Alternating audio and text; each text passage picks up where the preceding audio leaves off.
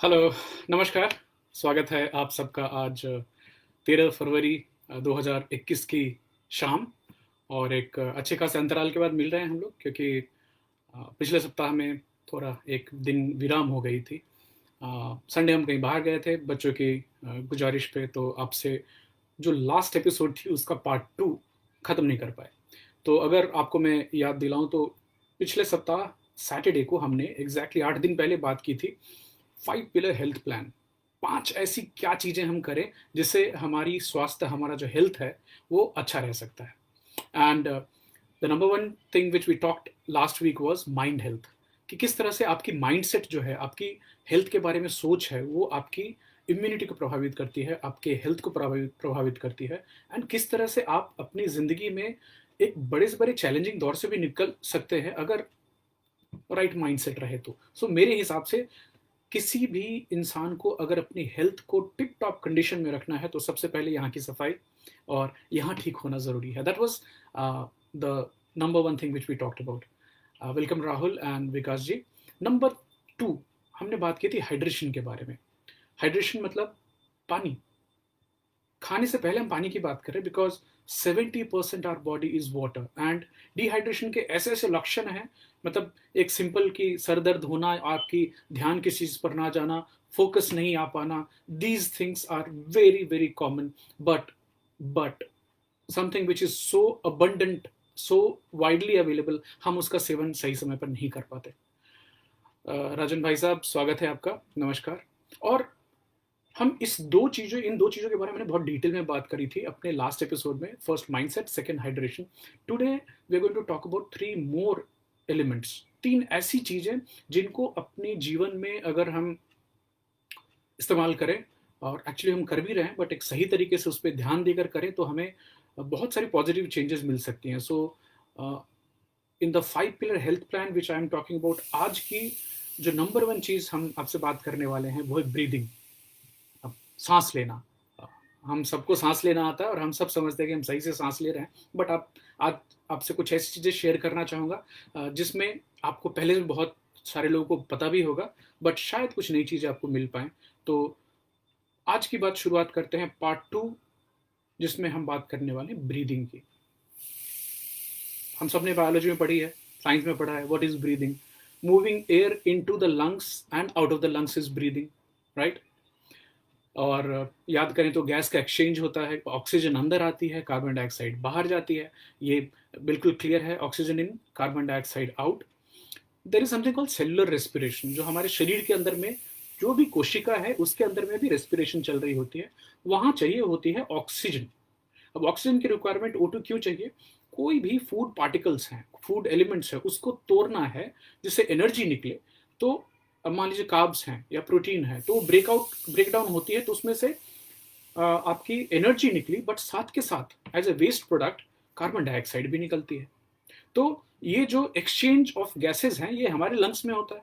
अब लंग्स को आप देखने जाएं तो एक, अगर उसकी जो फंक्शनल यूनिट है, एल्वियोलाई बोलते हैं उसको, सबसे एक छोटी बलून के जैसी होती है जिसके ऊपर में बहुत सारी आर्टरीज होती हैं।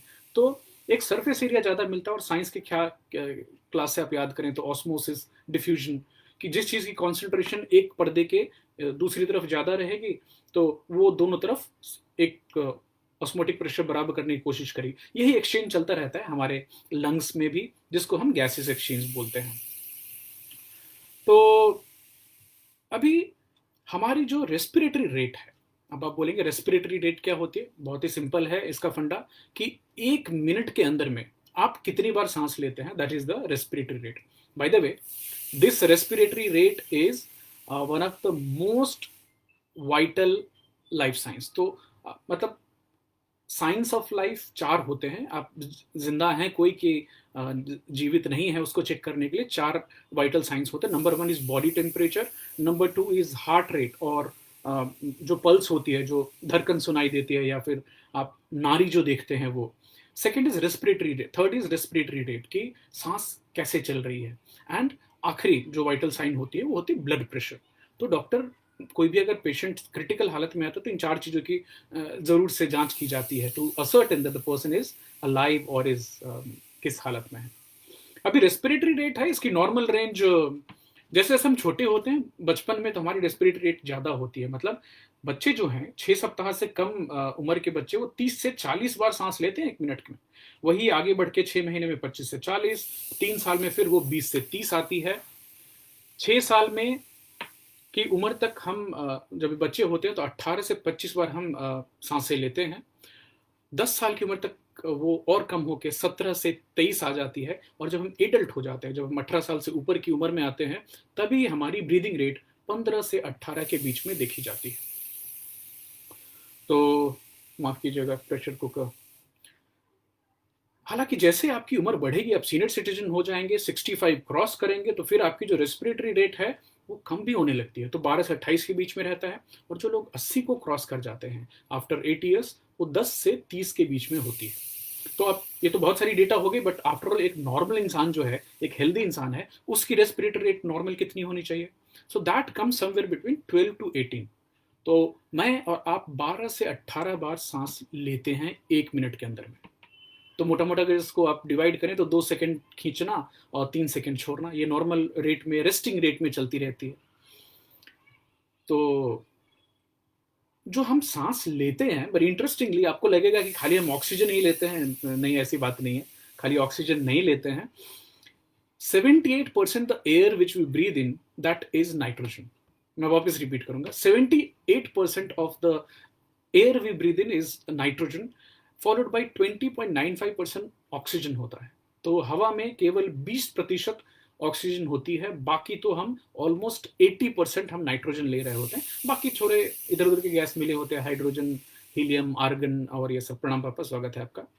वही जो हम सांस छोड़ते हैं, जो एक्सेल्ड गैस जो निकलती है, जो हवा निकलती है सांसों के थ्रू, उसमें कार्बन डाइऑक्साइड की मात्रा 4 से 5% होती है। हालांकि 4 से 5% आपको कम लगे, बट ये कम नहीं है। जो आपने सांस ली थी उस हवा के मुकाबले इसमें 100 गुना ज्यादा कार्बन डाइऑक्साइड है। तो शरीर से हमारी कार्बन डाइऑक्साइड निकलती है इस एक्सेलेशन के दौरान। अगर आप वेदों की बात करें, वेदांता की बात करें, तो प्राण को तो लाइफ फोर्स बोला गया, प्राण, प्राण वायु।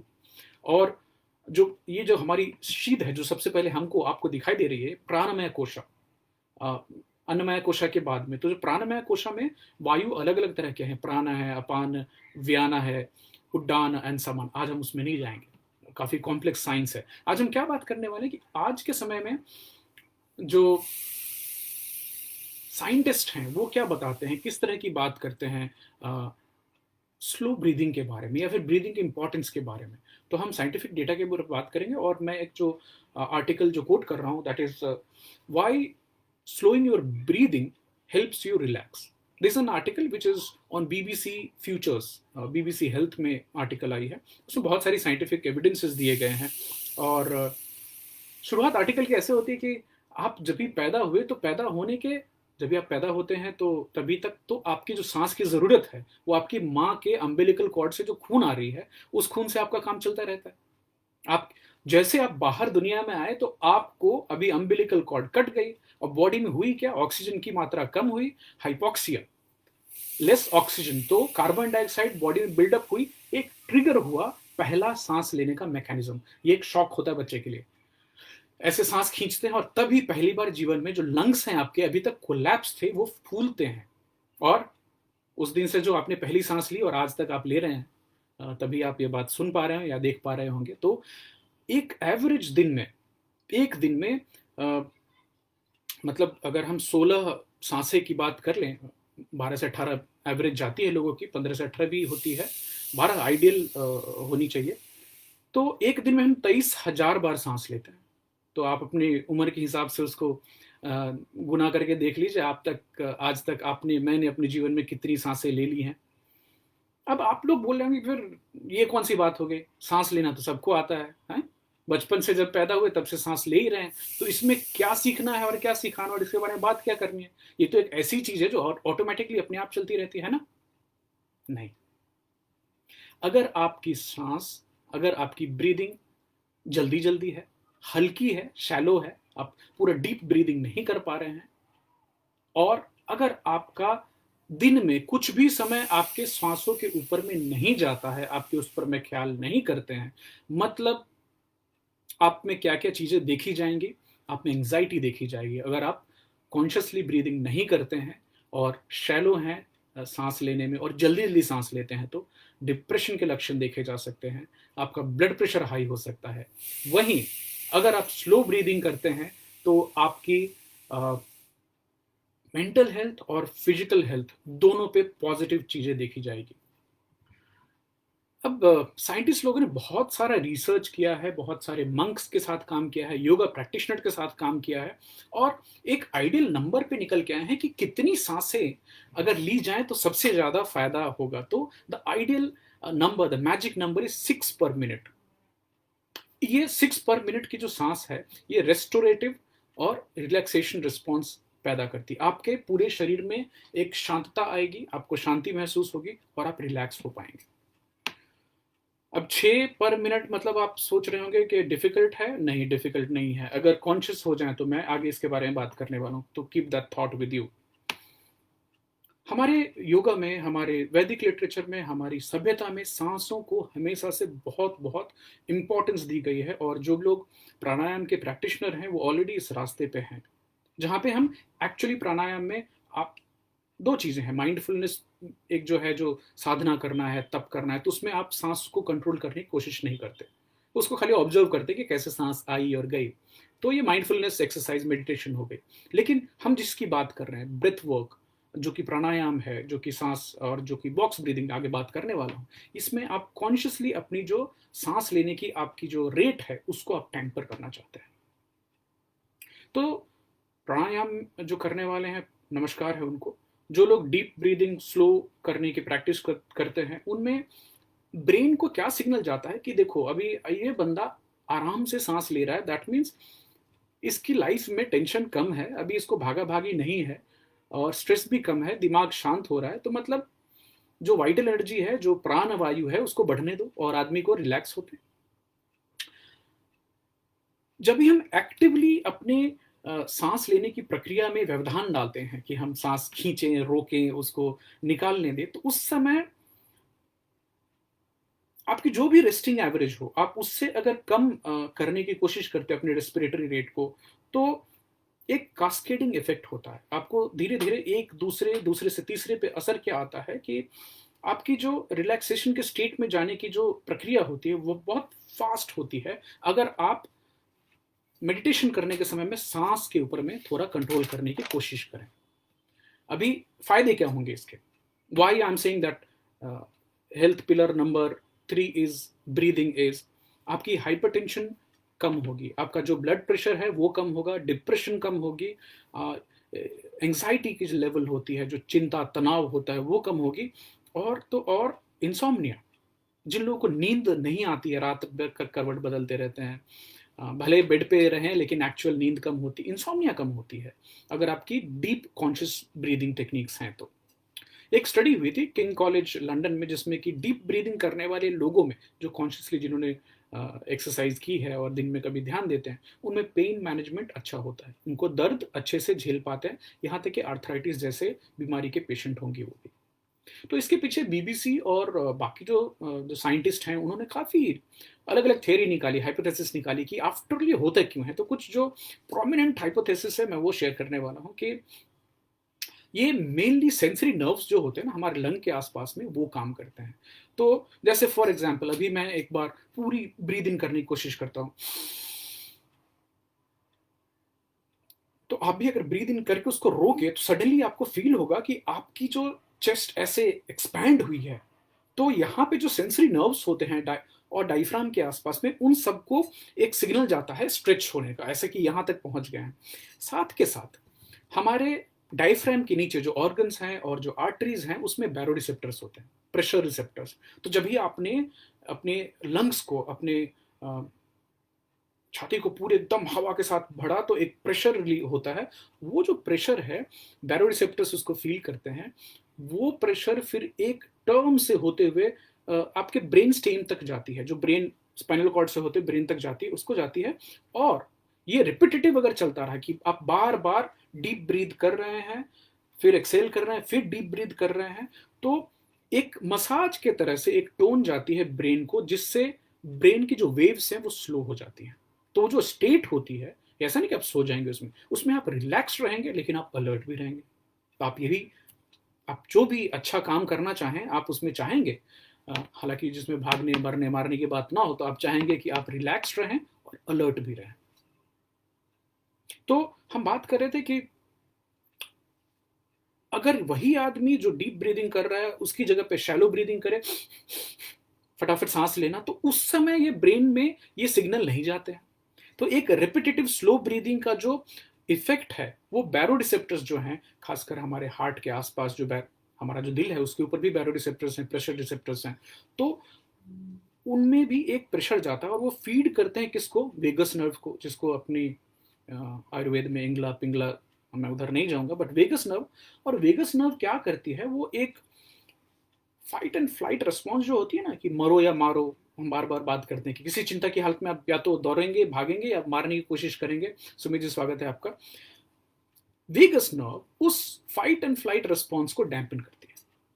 कारण क्या होगा उससे, आप एक रेस्ट और डाइजेस्टिव फेज में चले जाएंगे। तो आप क्या नहीं चाहेंगे कि आप रेस्टफुल और रेस्टोरेटिव फेज में रहे, जहाँ पे आपकी शरीर खुद को रिपेयर भी कर रही हो। इस समय आपकी हार्ट रेट कम हो जाएगी, इस समय में आपका ब्लड प्रेशर कम हो जाएगा। तो अगर हमारी हार्ट रेट कम होए और ब्लड प्रेशर कम हो तो ये तो बहुत ही अद्भुत बात हो जाएगी हमारे हेल्थ के बेनिफिट के लिए। इसलिए बहुत बहुत इंपॉर्टेंट है कि हम अपनी ब्रीदिंग के प्रति कॉन्शियस हो जाएं, सचेत हो जाएं कि हम ज़्यादा सांस तो ले रहे हैं क्या, शैलो सांस हो रही है क्या, और क्या ये हर समय कर सकते हैं, नहीं, बट कॉन्शियस हो जाना। आप जैसे कुछ कर रहे हैं, खाली हैं, बैठे हैं, ट्रैवल कर रहे हैं, तभी सोचना है कि क्या मैं डीप ब्रीदिंग कर रहा हूँ। आप ऑटोमेटिकली उस समय उसको चेंज कर सकते हैं। आइडियल नंबर वापस रिपीट करूंगा, 6 सांसें प्रति मिनट, दैट मीन्स 10 सेकंड की एक सांस होनी चाहिए। डिफिकल्ट करना बहुत आसान है, 5 सेकंड अंदर खींचना, 5 सेकंड बाहर जाने देना। अभी इसमें 5 सेकंड इनहेल एंड, मैंने कोशिश करके देखा, अगर आप सांस को अंदर रोक करके स्टॉप वॉच लेके देखें तो आप इसको 45 सेकंड 1 मिनट तक भी रोक सकते हैं। लेकिन अब 5 सेकंड डीप ब्रीथ अंदर और डीप ब्रीथ बाहर करना अगर हमारी प्रैक्टिस में आ जाए तो ये साइंटिफिकली सबसे बेस्ट नंबर है। 6 रेस्पिरेशंस, 6 ब्रेथ्स पर मिनट। और एक कनेक्शन है हमारा लंग्स का, हमारे हार्ट का, हमारे ब्रेन का कनेक्शन है, और ये तीनों कनेक्टेड हैं और एक रिलैक्सिंग एटमॉस्फेयर क्रिएट करते हैं। तो ब्रीदिंग, सही तरह से सांस लेना बहुत बहुत इंपॉर्टेंट है। अभिनव जी स्वागत है आपका। आपको एक इंटरेस्टिंग चीज बताना चाहूंगा कि ये तो हमारी सभ्यता में प्राणायाम और सांसों की जो बात है उसके ऊपर में कितने हजारों साल पहले से बात हो रही है। अभी साइंटिफिकली जो यूरोपियन और अमेरिकन देशों में बॉक्स ब्रीदिंग बहुत पॉपुलर हो रही है। बॉक्स ब्रीदिंग क्या है, ये यहाँ तक कि अमेरिका में जो नेवी सील्स होते हैं, जो आर्मी में काम करते हैं, उन सबको सिखाया जाता है। बड़ी सिंपल टेक्निक है, 4 सेकंड, 4 सेकंड रोकना, 4 सेकंड छोड़ना, 4 4 4, this is called box breathing. तो अगर आप, इसके लिए आपको कहीं बैठने की भी जरूरत नहीं है, ये आप चलते फिरते नॉर्मली आप कर सकते हैं। तो ये बॉक्स ब्रीदिंग, इवन जो ओसामा बिन लादेन को मारने गए थे ना, वो भी बॉक्स ब्रीदिंग करके फिर अंदर। So before going for any big walk, any attack और एनीथिंग, वो अपने दिमाग को शांत करने के लिए, अपने नर्व्स को शांत करने के लिए बॉक्स ब्रीदिंग करते हैं। आप भी ट्राई करके देखिए। 4 सेकंड तक सांस को खींचना है, 4 सेकंड अंदर रखना है, 4 सेकंड वापिस छोड़ना है, और ये रिपीट करते रहना है। That's it. तो that was the pillar number 3 in the overall plan. अब ये काम क्यों करती है कि जो इंडोरेंस एथलीट्स हैं, जो कि बहुत लंबी लंबी दौड़ दौड़ते हैं, बहुत ही टफ काम करते हैं, वो सब एक चीज के लिए स्पेसिफिक स्पेसिफिक मेहनत करते हैं, जिसको बोलते हैं हाइपोक्सिया टॉलरेंस या हाइपोक्सिया इंडोरेंस। आपकी शरीर कितने ज्यादा से ज्यादा कार्बन डाइऑक्साइड अपने अंदर जमा रख सकती है, ये डिसाइड करता है आप कितना ज्यादा जिएंगे। कंट्रोवर्शियल लगेगी आपको, कार्बन डाइऑक्साइड को तो अभी तक खराब बोला गया है कि कार्बन डाइऑक्साइड शरीर के लिए खराब होती, नहीं। आप जो भी, जैसे टोटोइजेज हैं, शार्क्स हैं जो 500 साल जीते हैं, टोटोइजेज 200-400 साल जी लेते हैं, हाथी हैं 80-90 साल, इतनी विशाल काया को लेकर के जी लेते हैं। इन सब जानवरों में एक चीज कॉमन देखी गई कि इनकी जो ब्रीदिंग रेट है बहुत स्लो होती है, तो उनकी जो टॉलरेंस है कार्बन डाइऑक्साइड की, वो बहुत हाई होती है। तो अगर आप अपनी सांसों को रोक सके ज्यादा से ज्यादा देर तक, ये आपके हेल्थ के लिए अच्छा है, मेरे हेल्थ के लिए भी अच्छा है, तो कोशिश जारी रखनी है इसकी। Now coming to pillar number 4, very very important pillar. इसमें दो चीज खाने की आपको कम करने की सलाह दे रहे हैं। सबसे पहला है कार्बोहाइड्रेट्स कम करनी है। क्या कम करना है? कार्बोहाइड्रेट, चावल रोटी कम करना है, आलू कम करना है। फायदे क्या होंगे आपको इसके? नंबर 1 फायदा, जैसे आप कार्बोहाइड्रेट्स अपने खाने में कम करेंगे, आपकी जो एपेटाइट है, जो भूख लगती है बहुत ज़्यादा, वो कम हो जाएगी। आप कम खाना चालू हो जाएंगे। आपकी जो वेट लॉस है वो जल्दी होगी, क्विक होगी, जब भी आप लो कार्ब डाइट पे जाते हैं।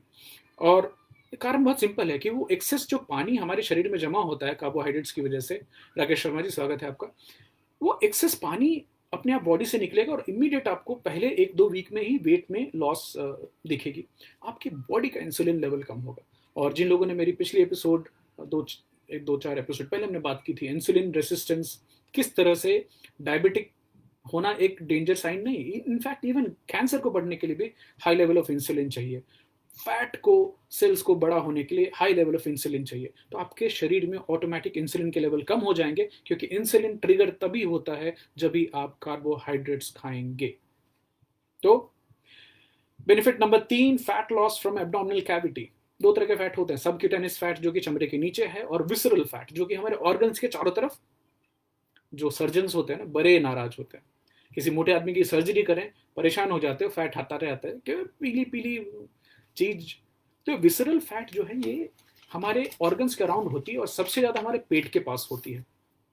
जैसा हमने पहले आपको बताया था, एक्सेस फैट जो हमारे पेट पे जमा हो जाती है, ये हमारे शरीर में सूजन का काम करती है, इंसुलिन की रेसिस्टेंस को बढ़ाती है और मेटाबॉलिक डिस्फंक्शन बढ़ाती है।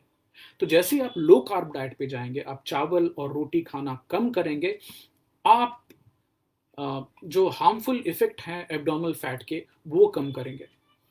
अब इसका फायदा क्या होगा? आपका रिस्क ऑफ हार्ट डिसीज कम हो जाएगा। साथ के साथ आपकी टाइप 2 डायबिटिक मेलिटस होने के चांसेस बहुत बहुत कम हो जाएंगे। Low carb diet.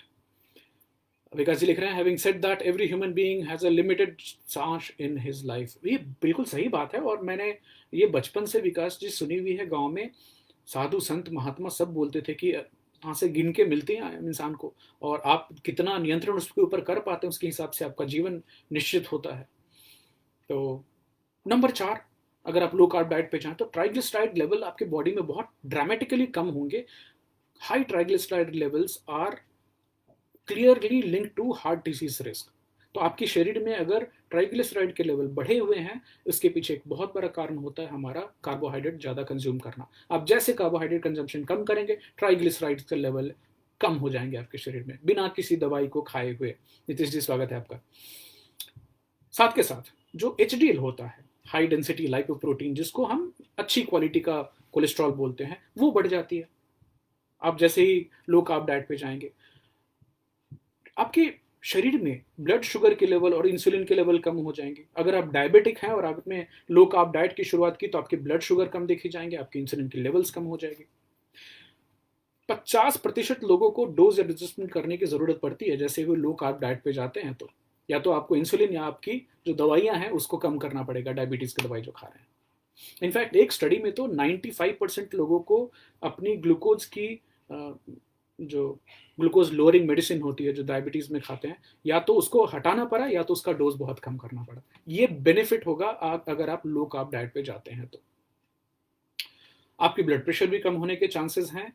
और एक मेटाबॉलिक सिंड्रोम जिसकी हम पहले बात करें तो उसमें बहुत ही कारगर काम करता है low carb diet. Low carb diet वापस बोलूंगा, चावल और रोटी कम करना है खाने में, दाल खाएं, फल खाएं, सब्जियां खाएं, जो आप एनिमल प्रोटीन के सोर्सेज इस्तेमाल करना चाहते हैं वो करें, खाली कार्बोहाइड्रेट्स कम करने की सलाह है। एब्डोमिनल ओबेसिटी होती है, ये जो डिसफंक्शन पेट के दौरान, पेट के आजू बाजू में मोटापा होगी, ब्लड प्रेशर बढ़ा हुआ होगा, जो फास्टिंग ब्लड शुगर होता है वो उसके लेवल बढ़े रहेंगे, ट्राइग्लिसराइड्स के लेवल बढ़े रहेंगे, जो HDL होती है हाई डेंसिटी लाइपोप्रोटीन, उसका लेवल कम रहेगा, जो अच्छा रहना चाहिए, ज़्यादा रहना चाहिए। जैसे आप लो कार्ब डाइट पे आएंगे, आपको इन 5 सिम्टम में डेफिनेटली सुधार दिखाई देगी। हो सकता है ये चारों 5 चीज़ें धीरे धीरे कम भी हो जाए और ख़त्म भी हो जाए। और जो लो डेंसिटी लाइपोप्रोटीन है उसकी भी मात्रा कम होती है लो कार्ब डाइट पे जाने में। आपकी ब्रेन हेल्थ पे बहुत बहुत इफेक्ट होता है, कारण ब्रेन दो तरह के फ्यूल इस्तेमाल करता है, ग्लूकोज जो कि ऑटोमेटिकली मिल गई, और दूसरी होती है कीटोन। कीटोन तभी रिलीज होते हैं जब भी आप ज़्यादा समय तक भूखे रहें, फास्टिंग करें, तो आपकी बॉडी में कीटोन रिलीज होती है जिसको ब्रेन इस्तेमाल करता है। इसलिए लो कार्ब डाइट को अक्सर कीटोजेनिक डाइट भी बोलते हैं, जिसमें आप कीटोन को बॉडी से निकलने में मदद करें। तो जो भी मेरे सुनने वाले हैं जो 16 घंटा 18 घंटा अगर आप फास्ट कर पा रहे हैं, दैट मीन्स आपकी बॉडी में कीटोसिस होती है और आपके ब्रेन को, आपकी शरीर को ये आदत हो गई है कि ग्लूकोज के अलावा भी किसी दूसरे चीज़ से थोड़ी देर काम चलाया जाए। ये याद है आपको मोटरसाइकिल रिजर्व वाली बात, कि बॉडी को रिजर्व में जाने तो दीजिए, अदरवाइज हम लगातार खाते रहे तो बॉडी कभी रिजर्व में जाएगी नहीं। आपको एक जानकर आश्चर्य होगा कि उन बच्चों में अभी भी जिनमें एपिलिप्सी जो मिर्गी की बीमारी होती है, अगर उनमें दवाई काम नहीं करती तो उनको एक चीज़ खिलाते हैं, हाई फैट डाइट खिलाते हैं, उनकी जो मिर्गी है वो एपिलिप्सी ठीक हो जाती है। तो ब्रेन हेल्थ पे फैट का बहुत बहुत कनेक्शन है। तो एक तो हो गई कि लो कार्ब खाएं, एक और चीज़ बताना चाहूँगा, लो शुगर। भाई लो शुगर, आपकी वेट लॉस देखी जाएगी, आपका जो मूड है वो स्टेबल रहेगा, एनर्जी लेवल्स आपके स्टेबल रहेंगे, आपके दांत अच्छे रहेंगे, आपकी टीथ अच्छी रहेगी, आपका स्किन है वो क्लियर रहेगा, इन्फ्लेमेशन, सूजन कम हो जाएगी, क्योंकि जो चीनी जो है ना वो आपके चेहरे और आसपास की जो त्वचा है वहां से पानी निकालती रहती है, तो आपका जो चेहरा वो शुष्क सूखा सूखा दिखेगा आपको। खासकर जो थायराइड के हाइपर जिनको कम होते हैं लेवल्स, या उनमें देखा जाता है ड्राई स्किन एंड ऑल। आपकी जो मेंटल हेल्थ है वो इंप्रूव होगी, डाइजेशन आपकी अच्छी होगी अगर आप अपनी चीनी को खाने में कम करें तो। हर्षल बाबू स्वागत है आपका। आपका जो हार्ट है उसका हेल्थ ज़्यादा अच्छा होगा, क्यों? चीनी किसी भी हालत में एडवाइजेबल नहीं है। आपकी ब्रेन फंक्शन बहुत बहुत इंप्रूव होगी। तो ये टोटल 4-5 चीज़ें थी पिलर नंबर 4 में। 2 चीज़ याद कीजिए। पहला वापस रिपीट करता हूँ, माइंड सेट, आपका स्वास्थ्य के बारे में आपकी सोच कैसी है, आप मेंटली कितने साउंड हैं, नंबर 1। नंबर 2 हाइड्रेशन, आप पानी कितना अच्छा पीते हैं। नंबर 3 ब्रीदिंग, आप सांस कितनी कंट्रोल से लेते हैं। Number 4 low sugar low carb diet. और नंबर 5 एक्टिविटी। किसी भी तरह से 30 मिनट की एक्टिविटी दिन में अगर आप करें, चाहे वो वॉकिंग है या गार्डनिंग है या घर का ही कुछ काम करना है, साइकिल चलाना है, बहुत बहुत इंपॉर्टेंट है। आखिरी 3 और चीजें ऐड करना चाहूंगी जिसके बारे में हम कभी और बात करेंगे। 7 से 8 घंटे की नींद एक दिन में होना बहुत इंपॉर्टेंट है, ये हेल्थ के लिए बहुत क्रिटिकल फैक्टर है। Number 2 fasting, very very important. आप 14, 16, 18 घंटे की फास्टिंग रोज कर पाएं, बहुत अच्छी बात होगी, बहुत कमाल की बात होगी आपकी हेल्थ के लिए। और आखिर है कुछ ऐसी चीज़ सप्लीमेंट करना अपने जीवन में जो शायद हमें खाने से रेगुलरली नहीं मिल पाती है। तो हम एक काम करेंगे, कभी हम इन तीनों टॉपिक्स को, वैसे हम स्लीप के ऊपर पहले बात कर चुके हैं, fasting is favourite topic for me, so मैं बार बार बात करता रहता हूँ। सप्लीमेंटेशन के ऊपर हम कभी और बात करेंगे। तो this was the part 2 of the 5 pillar health plan by Indie Masala. वापिस रिपीट करना चाहूँगा, नंबर 1 माइंडसेट, आपकी जो हेल्थ, दिमाग के हिसाब से आप क्या सोच रहे हैं उसके हिसाब से आपकी हेल्थ डिसाइड होती है। नंबर 2 पानी कितना पीते हैं आप, हाइड्रेशन कितनी अच्छी है आपकी बॉडी की। नंबर 3 ब्रीदिंग, सांस कितनी अच्छी तरह से आप लेते हैं, slow breathing, deep breathing. Number 4 low carb low sugar diet. Number 5 activity. तो ये था हमारा 5 पिलर हेल्थ प्लान पार्ट 2। उम्मीद है आपके दिमाग में कुछ नए थॉट्स ट्रिगर हुई होंगे, कुछ नए विचार आए होंगे। तो आप सबका एक बार बहुत बहुत शुक्रिया। कल मिलते हैं एक और नई टॉपिक को लेकर के, आपके साथ वापस पेश होता हूँ। तो कल तक के लिए आज्ञा दीजिए, जल्दी ही मिलते हैं। Bye bye.